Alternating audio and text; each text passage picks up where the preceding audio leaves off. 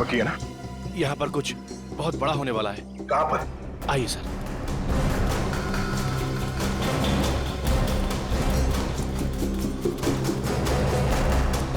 Sir, इस तरफ है वो लोग।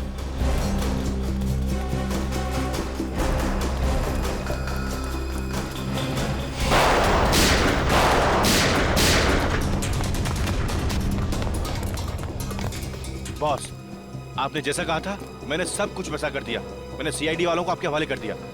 अब मैं जाऊं? काम खत्म, आज भी खत्म।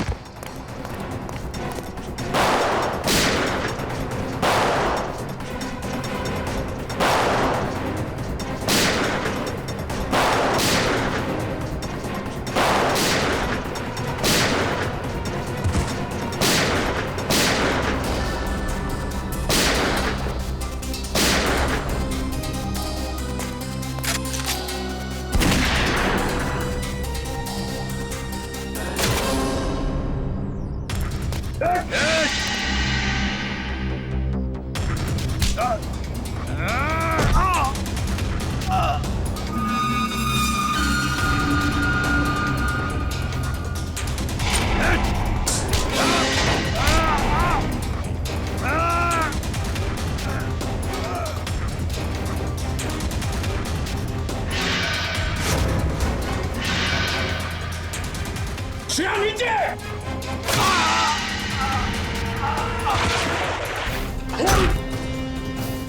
श्रेया, श्रेया, तुम ठीक हो? हाँ सर, मैं सर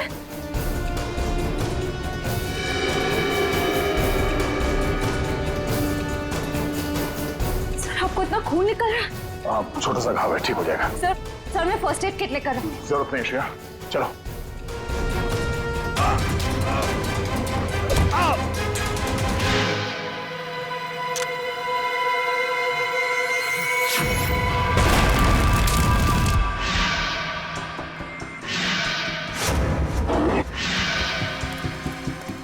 सर, क्या हुआ? ये कैसे हो सकता है? दया, ये कैसे हो सकता है?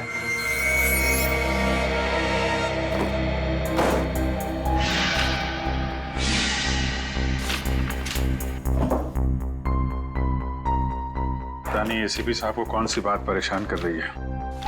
कुछ बता भी नहीं रहे।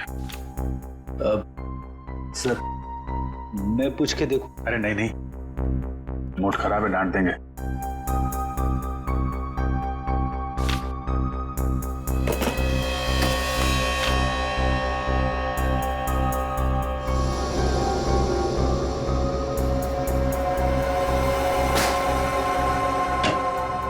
अरे कहाँ आ रहे हैं आप लोग? कहाँ घुस रहे हैं? हमें एसीपी प्रद्युमन से मिलना है। उनकी कायरता को लेकर उनसे कुछ सवाल करने। कायर? आप एसीपी प्रद्युमन को कायर कह रहे हैं? कायर को कायर नहीं कहा जाए तो और क्या कहा जाए? और क्या वजह हो सकती है जो इतने बड़े खूंखार अपराधी को उन्होंने ऐसे ही यूं ही जाने दिया? आप लोगों के लिए बातें बनाना बहुत आसान है। कभी किसी असली मुजरिम से पाला नहीं पड़ा ना आपका। तरह तरह के मुजरिमों से दिन रात उलझते रहते हैं हम लोग। किसी के पास गन होती है, किसी के पास चाकू, किसी के पास बम। 10 मिनट के लिए भी अगर सीआईडी की ड्यूटी निभानी पड़े आपको, तो जिंदगी में दोबारा कभी कायर करने की हिम्मत नहीं करेंगे।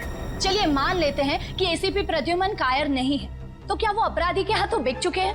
आखिर कितनी कीमत ली है उन्होंने उस अपराधी को आजाद करने की? बकवास बंद करिए, उल्टे सीधे इल्जाम मत लगाइए एसीपी पे। आप तो सर ऐसे भड़क रहे हैं जैसे आपके ऊपर ही इल्जाम लगाया जा रहा हो। कहीं एसपी साहब के साथ आप भी शामिल तो नहीं है रिश्वत लेने में? बाहर जाओ आप लोग।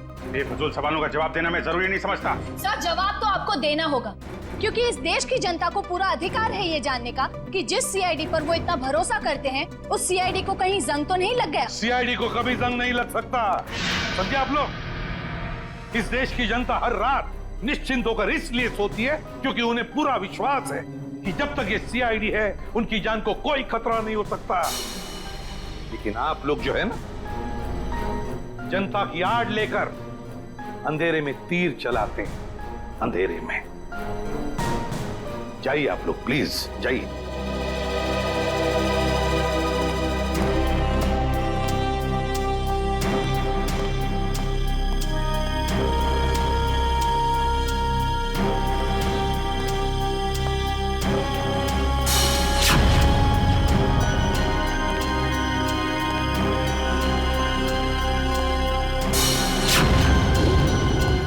नहीं ऐसे भी कुछ ले दे के मामला खत्म करना।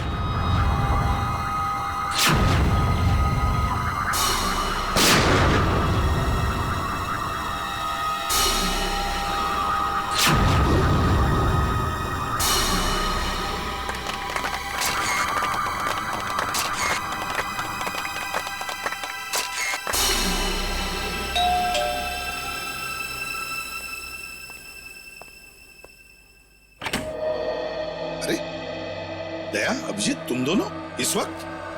सॉरी सर, शायद हम लोगों को फोन करके आना चाहिए था। अरे नहीं नहीं अभिजीत, कैसी बातें करते हो? बताओ क्या बात? सर, हमारे यहाँ आने की वजह शायद आपको पता चल गई होगी।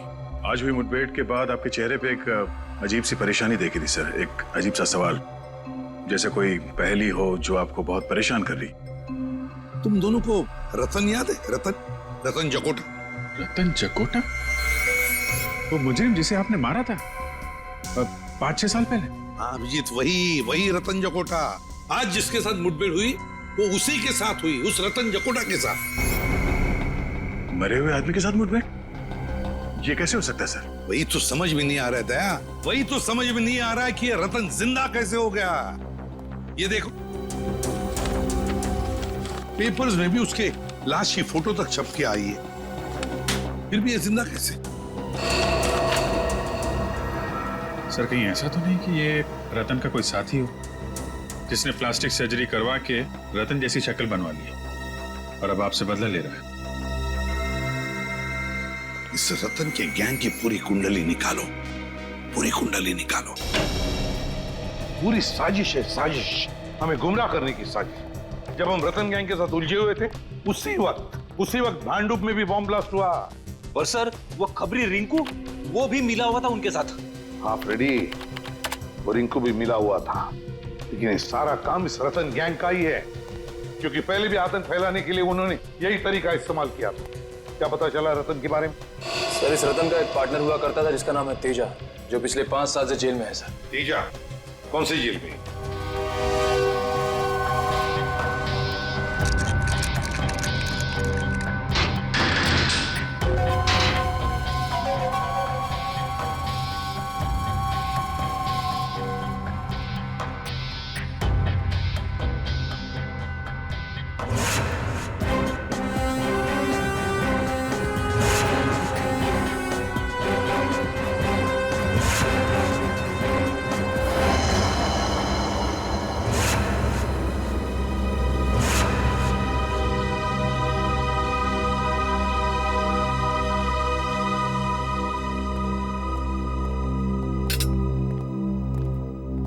सर, ये है मिस्टर बलवंत, तेजा के वकील।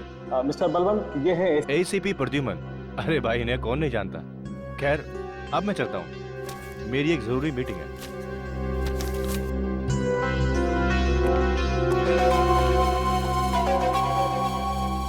कहिए एसीपी साहब, आज सीआईडी को मेरी याद कैसे आ गई?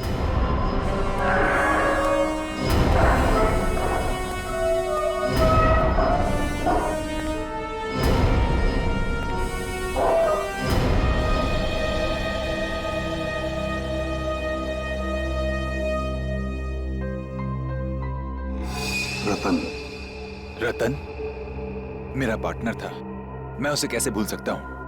आप ही की गोली का शिकार होकर वो इस दुनिया से उठ गया था। जिंदा है, जिंदा है रतन। क्या रतन जिंदा है? ऐसा कैसे हो सकता है? 5 साल पहले आप ही ने तो गोली मारी थी उसको। हाँ, मैंने ही गोली मारी थी उसे,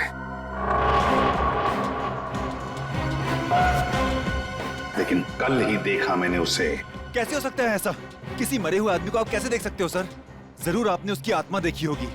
मजाक करने के मूड में नहीं हूं मैं तेजा, समझे? रतन के बारे में और क्या क्या जानते हो? क्या क्या जानते हो रतन के बारे में? जल्दी बताओ। मैं कैसे कुछ जानूंगा सर? 5 साल से तो मैं यहाँ जेल की सलाखों के पीछे सड़ रहा हूँ सर। 5 साल पहले तुम दोनों जहां जहां मिलते थे, उन जगहों का नाम चाहिए मुझे। कोई एक अड्डा हो तब तो बताओ ना सर। जितनी बार वो मिलता था, हर बार अलग अलग जगह। कभी चूना भट्टी तो कभी भिंडी बाजार, कभी भिवंडी तो कभी माहिम सर। जेलर साहब, तेजा की अच्छी खातिरदारी करना।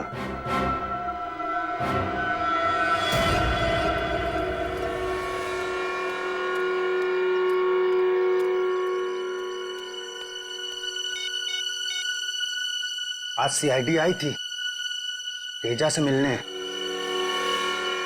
कुछ गड़बड़ लग रही है। अच्छा हुआ उस दिन फोन कट गया, ये मैं तो फंस जाता। बाद में बात करते हैं, ठीक है? सर आप चाय पियेंगे? पियेंगे नहीं, पिलाएंगे। चाय जेल की तुम्हें, हैं? बता क्या चक्कर है तेरा तेजा के साथ? कुछ नहीं साहब, बस मैं तो। चुप! तेजा का नाम लेकर किससे बातें हो रही थी? 2 दिन पहले मेरे मोबाइल पे किसी का फोन आया था, कह रहा था तेजा से बात कराओ।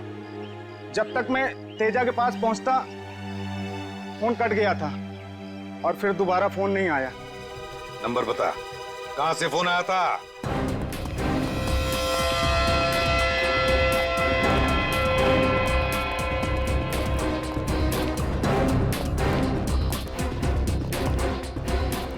इसी तरफ फोन ट्रेस हुआ है सर। इस साइड? हाँ।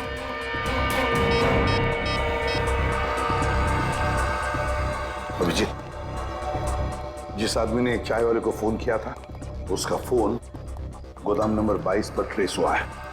हाँ, जल्दी आना, जल्दी।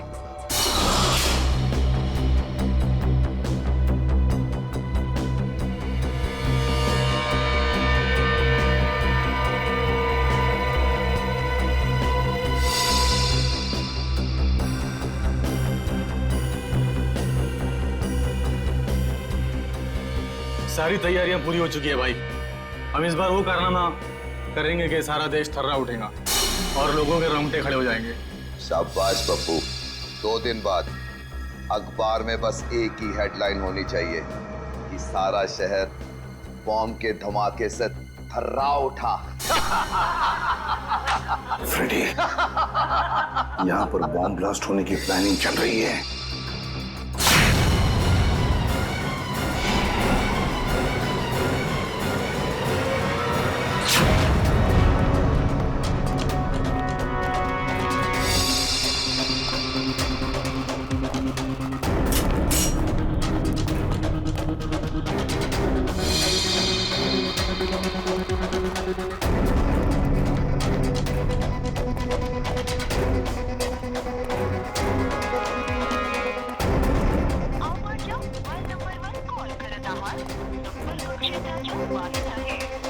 सर, ना एसीपी सर का फोन लग रहा, ना ही फ्रेडी सर का।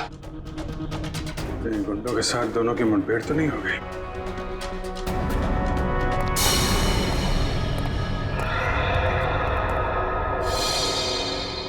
पूरा एरिया अच्छी तरीके से चेक करो।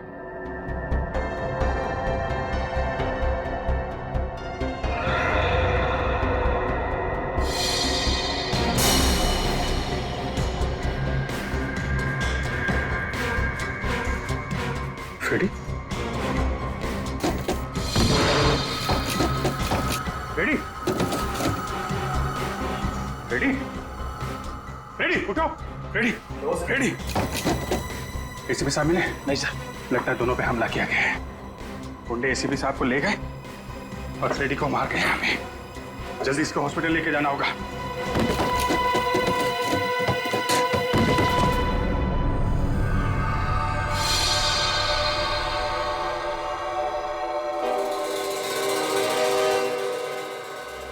खुद पे शर्म आ रही है मुझे सर।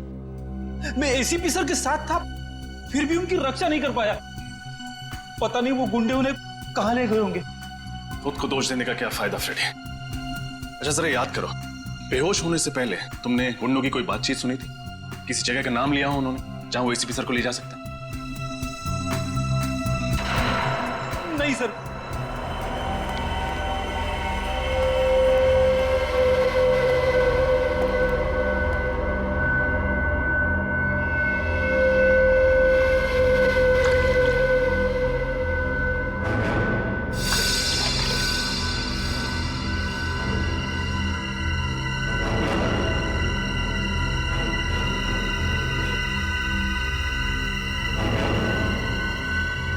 गुड मॉर्निंग एसीपी साहब, क्या हाल है?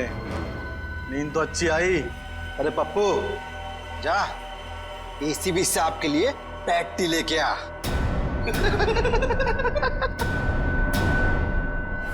कौन हो तुम? तुम्हारी मौत। मेरी मौत? एसीपी प्रद्युमन की जिंदगी इतनी सस्ती नहीं है, समझे? कौन हो तुम? बताओ क्या चाहिए तुम्हें? हम कौन है, क्या चाहते हैं, ये तुझे बहुत जल्द पता चल जाएगा एसीपी। पहले जरा बॉस को तो आने दे। कौन है तुम्हारा बॉस? कौन है तुम्हारा बॉस? रतन? रतन है तुम्हारा बॉस? अरे इतनी भी क्या जल्दी है जानने की एसीपी साहब, अभी तो फिल्म का इंटरवल हुआ है। विलन कौन है ये तुझे क्लाइमेक्स में पता चल। फिल्म खत्म होने से पहले ही विलन खत्म हो जाएगा, समझे? रस्सी चल गई मगर तेरा बल नहीं गया एसीपी। बहुत हेगड़ी है एसीपी में। हम ही निकालेंगे।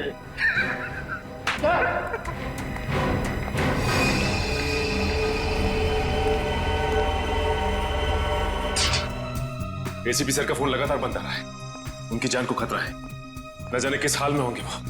पंकज, पता चला? नहीं सर, रतन के बारे में खास बात पता चली है। क्या? 8 साल पहले 2005 में रतन पिंजरपुर जेल में था। वहां के जेलर ने बताया कि उसे किडनी की बीमारी है और उसे हर हफ्ते डायलिसिस की जरूरत पड़ती है। डायलिसिस? इसका मतलब जेल से निकलने के बाद भी इलाज के लिए वो किसी न किसी डॉक्टर से जरूर मिलता होगा। निखिल, शहर के हर किडनी स्पेशलिस्ट से मिलो, पूछताछ करो। हमें जल्द से जल्द रतन तक पहुंचना है। रतन को ढूंढने में आपको सिर्फ एक ही आदमी मदद कर सकता है और वो हूं मैं। जैसे ही मुझे पता चला कि एसीपी साहब की जान खतरे में, मैंने तुरंत अपने आदमियों को काम पे लगा दिया रतन का अड्डा ढूंढने के लिए। कहाँ मिलेगा ये रतन? सर, चिकूवाड़ी में। चीकूवाड़ी? छान मारो।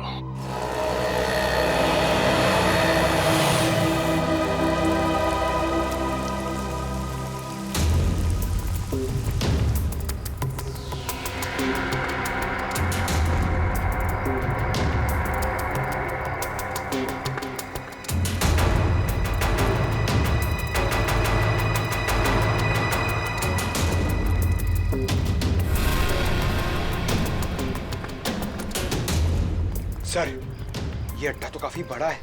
इस अड्डे पे पता नहीं कितने सारे आदमी होंगे। हमसे 2 हैं सर। क्यों पंकज, डर लग रहा है क्या? हाँ सर। थोड़ा बहुत डर तो चलेगा, लेकिन याद रहे कि ये डर ड्यूटी के बीच नहीं आना चाहिए। तुम इधर देखो, मैं आगे देखता हूं।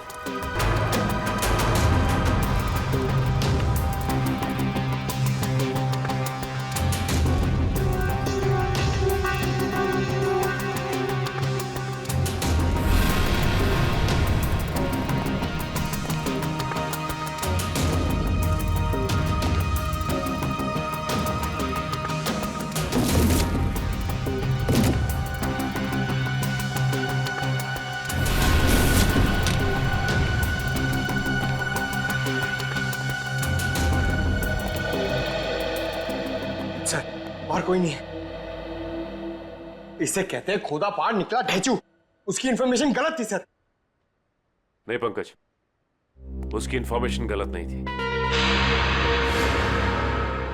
ये चाय के ग्लासेस, इसका मतलब यह है कि रतन और उसके साथी यहां पे थे, लेकिन हम लोग थोड़ी देर से पहुंचे। आसपास जरूर कोई चाय की दुकान होगी, वहां से पता चल जाएगा। ये रही चाय की दुकान। हो सकता है रतन के साथियों ने चाय यहीं से मंगाई। साहब, चाय पीनी है तो छुट्टे पैसे देने पड़ेंगे, पहले ही बता रहे हैं। अरे भाई साहब, पर कुछ नहीं साहब। आप जैसे सेठ लोग आते हैं और चाय पी के बाद में 1000 का नोट देते हैं। आप ही बताइए साहब, मैं गरीब आदमी हूँ, कहाँ से पैसे खुले दूंगा? भाई साहब, हम लोग यहाँ पे चाय पीने नहीं आए, हम लोग सीआईडी से। सीआईडी से? जी हाँ, सीआईडी से। आपसे कुछ पूछना है। पूछिए साहब। यहाँ बाई तरफ आखिर में जो घर है, वहाँ पे आपने कभी चाय दी थी? साहब, वहाँ से कोई आदमी आता था चाय लेने के लिए। वो आदमी दिखता कैसा था? उसका चेहरा याद है? साहब, चेहरा तो नहीं याद। कोई खास बात, कुछ तो याद होगा। साहब, साहब वो चाय लेने के लिए लेस्कॉट गाड़ी से आता था। लेस्कॉट गाड़ी से? देख ले, कभी इस आदमी को तुमने देखा लेस्कॉट गाड़ी में बैठे हुए? नहीं साहब। गाड़ी का रंग याद है? कलर? गाड़ी का रंग साहब काला था। काले रंग की लेस्कॉट गाड़ी? अच्छा, ये नंबर याद है तुम्हें? नंबर क्या था? अरे साहब, वो कौन सी मेरी भैंस चुरा ले गया था जो मैं उसका नंबर याद रखूं? और कुछ याद है गाड़ी के बारे में? उसकी गाड़ी का नंबर लाल था, काला सफेद नहीं था साहब। लाल रंग का इस्तेमाल तो नई गाड़ी के नंबर प्लेट के लिए किया जाता है, टीसी नंबर। सर ये है शहर के सारे किडनी स्पेशलिस्ट और ये है डॉक्टर अविनाश जो जेल में रतन का इलाज कर रहे थे। ओ, मतलब रतन जब जेल के अंदर था तब उसका डायलिसिस आप ही करते थे? हाँ सर, मगर जेल से छूटने के बाद वो इलाज के लिए कभी आया नहीं मेरे पास। हो सकता है किसी और डॉक्टर के पास जाता रहा हो सर।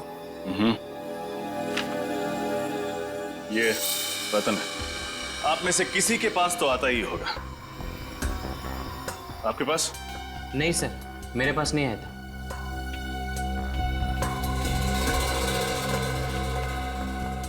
आपके पास? No sir.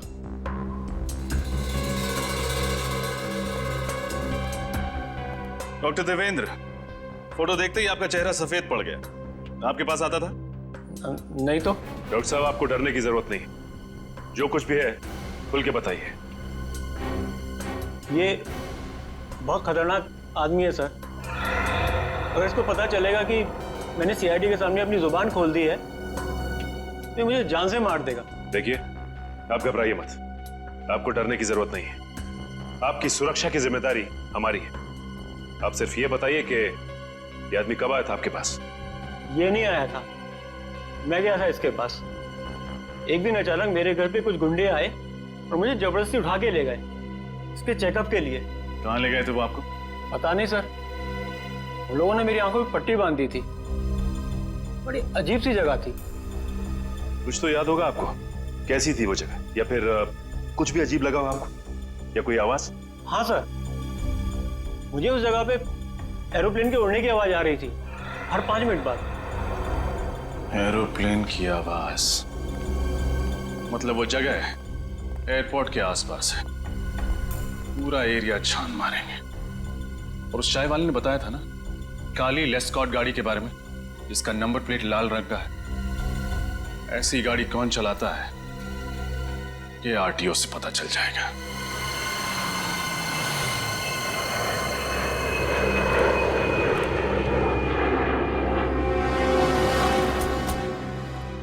सर, एयरपोर्ट के पास तो बहुत सारी ऐसी खुफिया जगह होगी। रतन कहाँ छुपा होगा? चलो यहाँ देखते।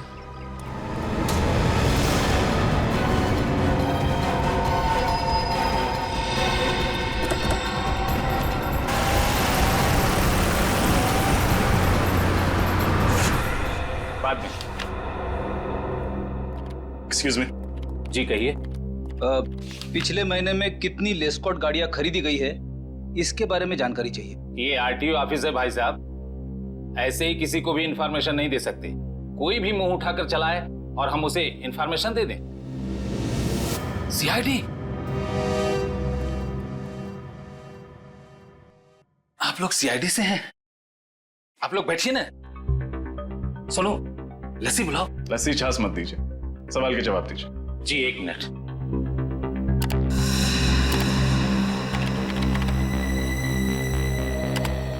पिछले महीने में कुल 8 लेस्कॉट गाड़ियां खरीदी गई थी।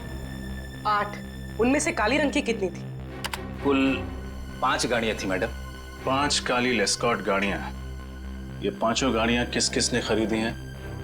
राजीव, सरताज, आर्यन, बलवंत कुमार।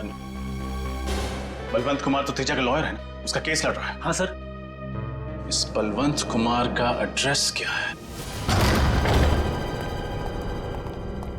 पूरा घर अच्छे से छान मारो।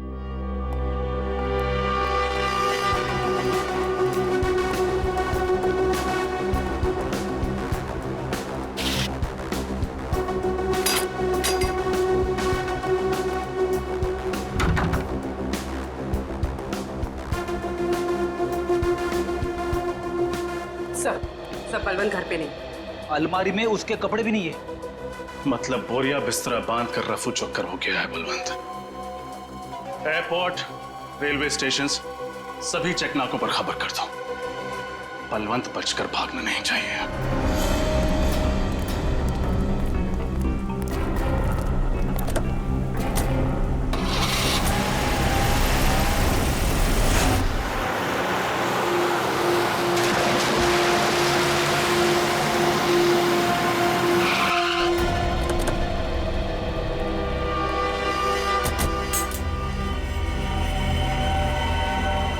एक और सुनसान घर सर।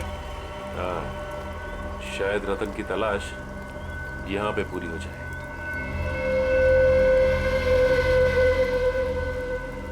सर दरवाजा तो खुला हुआ है। हाँ,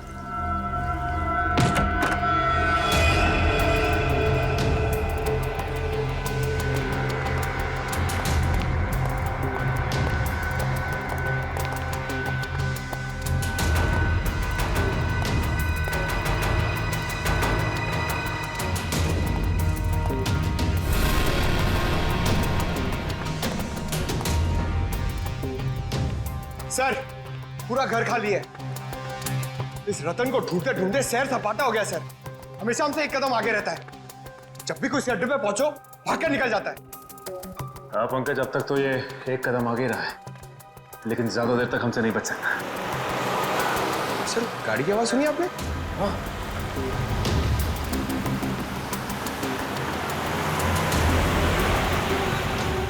गाड़ी लेस्कॉट, ये गाड़ी तो उस वकील बलवंत की है।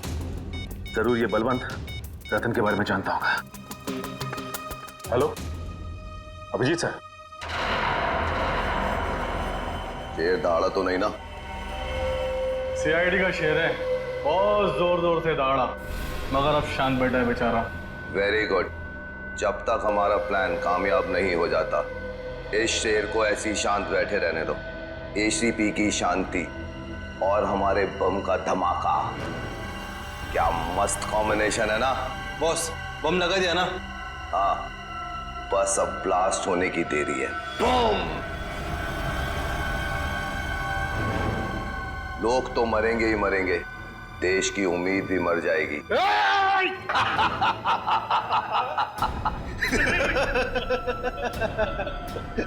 फड़फड़ाओ एसीपी, फड़फड़ाओ। हाँ फड़फड़ाओ।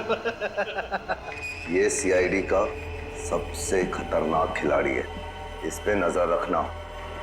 अगर ये पिंजरे से फुर्र हो गया ना तो हम सब मारे जाएंगे, समझे?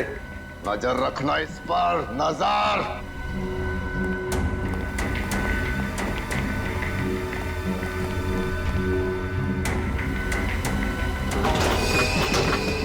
कुछ ना कुछ तो करना ही होगा।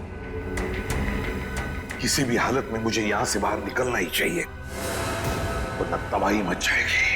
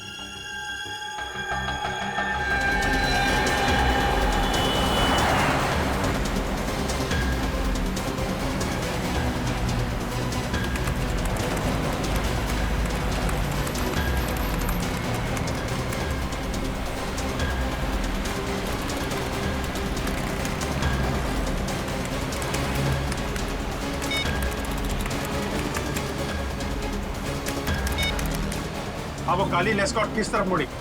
बंसी नगर की तरफ। बंसी नगर लो, बंसी नगर। उस गाड़ी के बारे में लगातार इन्फॉर्म करते रहो मुझे। Thank you very much. Shreya, ACP साहब के मोबाइल के बारे में कुछ पता चला? लोकेशन ट्रैक हुआ उनका?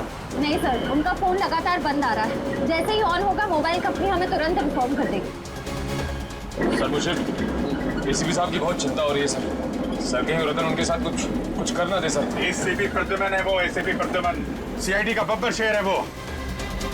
ये रतन जैसे कॉकरोच उनका कुछ नहीं बिगाड़ सकते।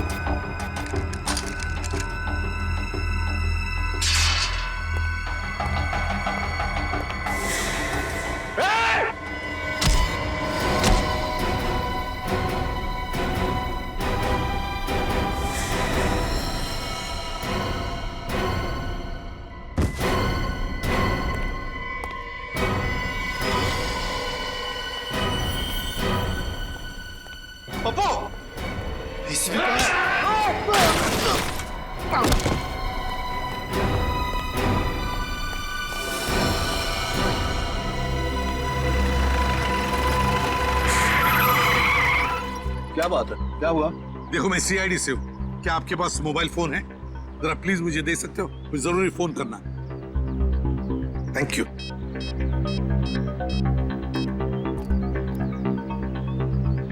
Hello Abhijit. Hello sir. Sir आप कहाँ हैं सर? मेरी बात ध्यान से सुनो। देखो शहर में एक बहुत बड़ा बॉम्ब ब्लास्ट होने वाला है। हजारों लोगों की जाने जा सकती है। किसी भी हालत में हमें ये ब्लास्ट रोकना ही होगा। Oh my God. आपको कुछ पता है सर ये बॉम्ब कहाँ फटने वाला है? नहीं अभिजीत, मुझे पता नहीं कहाँ पर होगा ये ब्लास्ट, लेकिन इतना पता है कि एक बहुत बड़ा इवेंट होने वाला है जिसमें देश की बड़ी बड़ी हस्तियां आने वाली हैं। कुछ भी हो सकता है अभिजीत, पता लगाओ किसी भी हालत में कहाँ पर है ये बॉम्ब। मुझे आप 2 मिनट दीजिए, मैं पता करता हूँ ऐसा फंक्शन कहाँ पे होने वाला है। हाँ मैं तुम्हें बाद में फोन करता हूँ। Okay sir. सर अपना ख्याल रखिएगा सर। पता करो शहर में कितने बड़े फंक्शन होने वाले हैं, कहाँ पे होने वाले हैं, सबकी डिटेल्स निकालो। बॉम्ब का खतरा है उसमें।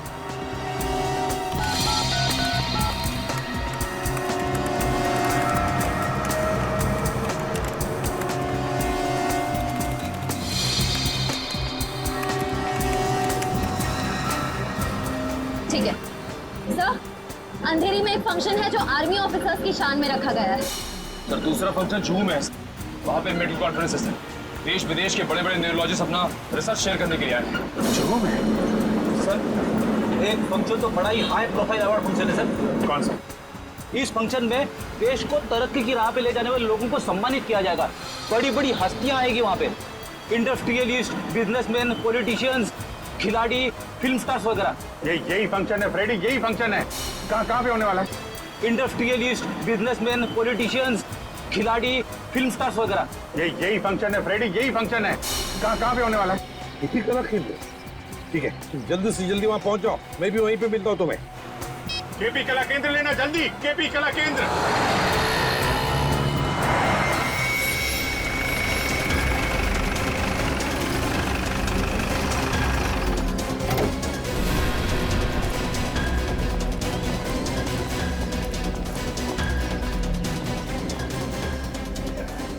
देखो हम लोग सीआईडी से, ऑडिटोरियम के अंदर बम है। मैनेजर कहाँ तुम्हारा? आइए। मैनेजर साहब। हाँ दीपक, सर सीआईडी। ये लोग कह रहे हैं कि ऑडिटोरियम में बॉम्ब है सर। बॉम्ब? हाँ। कहीं ये काम उन इलेक्ट्रिशियन का तो नहीं? इलेक्ट्रिशियन? हाँ सर। कौन है वो? कल 4 इलेक्ट्रिशियन आए थे सर, बड़ा सा बॉक्स लेकर के। कह रहे थे कि मेकअप रूम के सारे इलेक्ट्रिक वायर्स चेक करने हैं। मुझे लग रहा है कि उन्होंने ये गड़बड़ की है। कहाँ है मेकअप रूम? कहाँ दिखाइए जरा। सर इधर है, आइए सर। इसी तरफ। कहाँ पे है? यही सर, यही वो।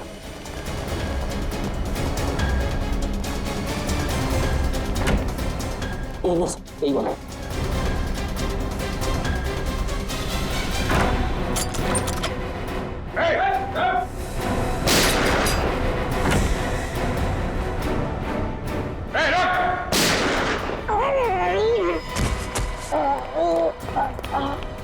सीआईडी को फंसाएगा? बोल। सर बम के बारे में कुछ भी नहीं पता सर, केवल इतना पता है कि 5:30 बजे बम फूटेगा। मैं तो बस बचने के लिए भाग रहा था सर। 5:10, 20 मिनट है, लेके जाओ इसको। 20 मिनट में बॉम्ब को ढूंढ के उसको डिफ्यूज करना और ऑडिटोरियम में से इतने सारे लोगों को बाहर निकालना बड़ा मुश्किल लगा। कैसे होगा ये? 20 मिनट बहुत है फ्रेडी।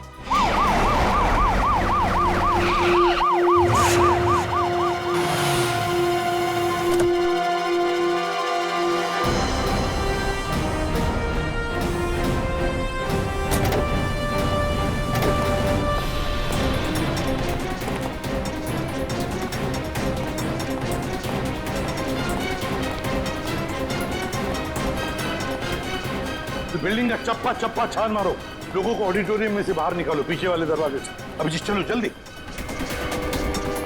आइए इस तरफ राइट में, आराम से आराम से।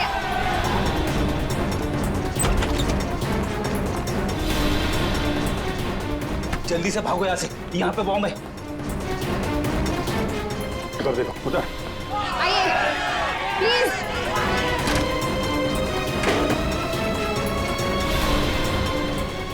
जरा ये देना। हाँ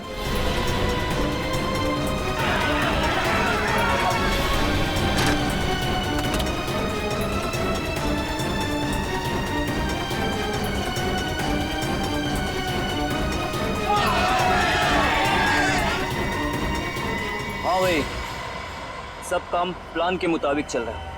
सीआईडी वालों ने इस देश को कई बॉम्ब के धमाकों से बचाया होगा, पर आज नहीं बचा पाएंगे। आज एक बार इस देश में फिर दिवाली होगी, आंसुओं की दिवाली।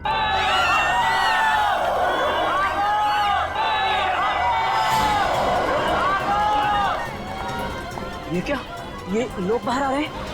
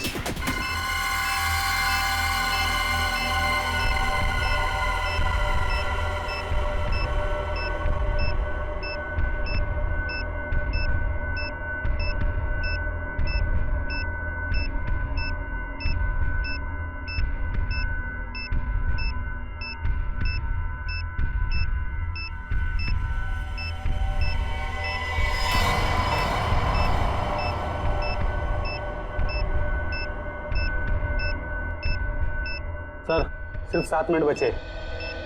इतने समय में बॉम्ब को डिफ्यूज करना बड़ा मुश्किल है, क्योंकि सर बॉम्ब में सेंसर लगा हुआ है और रिमोट का बटन कहाँ से भी दबाएंगे बॉम्ब फट जाएगा। ये रिमोट की रेंज कितनी होगी? सर लगभग 200 मीटर की। 200 मीटर। ये सीआईडी वाले भी ना बिन बुलाए बरातियों की तरह मरने के लिए चले आते हैं। आज इनके शहीद होने का सपना पूरा किए देता हूँ।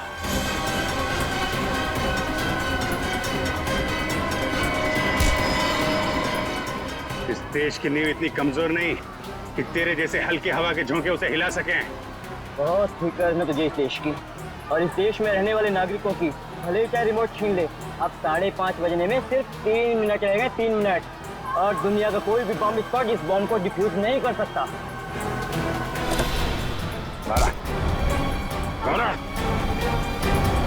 3 मिनट है ना? 3 मिनट में तो तुझे मैं 30 बार ऊपर भेजूंगा। बोल, बॉम्ब कैसे डिफ्यूज करते? बोल। बॉम्ब के ऊपर लगी प्लेट को सुपर मैग्नेट से कनेक्ट करेंगे तो बॉम्ब का सर्किट ब्रेक हो जाएगा और डिफ्यूज हो जाएगा।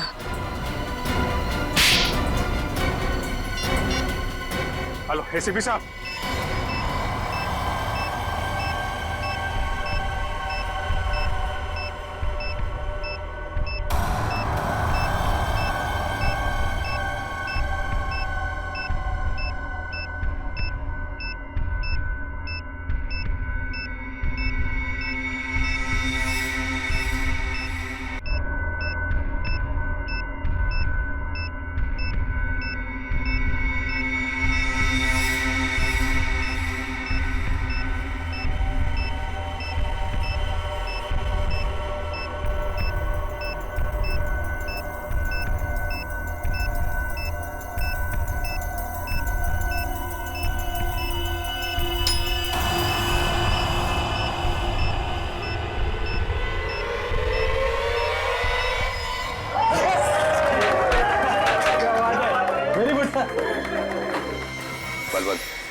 मेरा ये देश छोड़ने का जल्दी से जल्दी इंतजाम करो।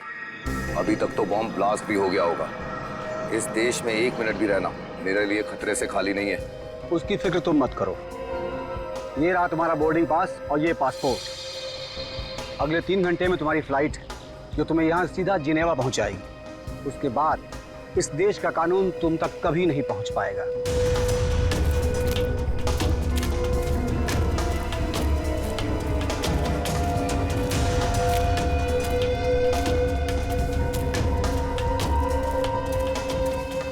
तो यहाँ क्या कर रहा है? तुझे तो प्लान के मुताबिक इस वक्त प्लान के मुताबिक तो बहुत कुछ करना चाहते थे तुम। सीआईडी वालों ने आज तक बड़े बड़े प्लान्स की खिचड़ी बनाकर उन्हीं को खिला दी है जिन्होंने प्लान्स बनाए थे, समझे?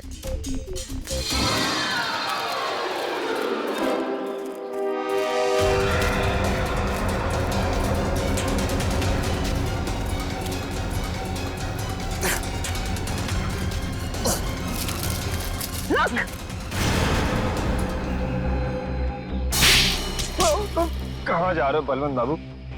कोर्ट नहीं जाना?